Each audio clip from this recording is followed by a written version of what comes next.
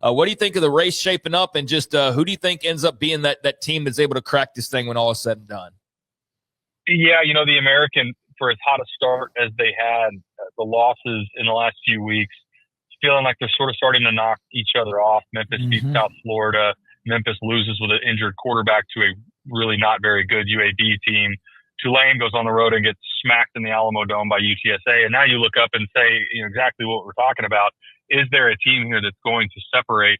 I still think the best group of 5 team overall is South Florida. I think top down talent, how they, in resume as well, how they went on the road and beat Florida, even in a down season for Florida, the front that they have, it's a Florida team that turns around and beats Texas. So to me, that's the most talented team.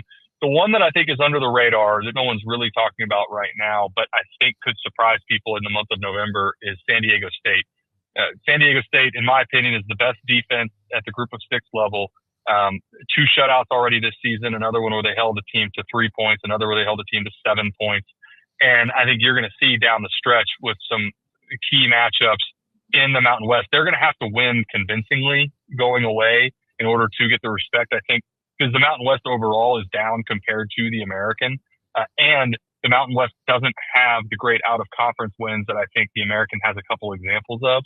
But that, to me, if you end up with the American round-robining one another and you end up with San Diego State there at just 1 loss and they've been blowing people out versus like a South Florida or a Memphis sitting there with 2 or 3 losses potentially, to me, I would go with San Diego State there because, again, I think defense travels.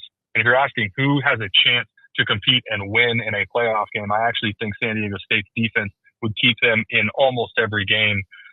If it's not them, to me, I would go with South Florida, though. I think that's the most complete roster out of the group of 6.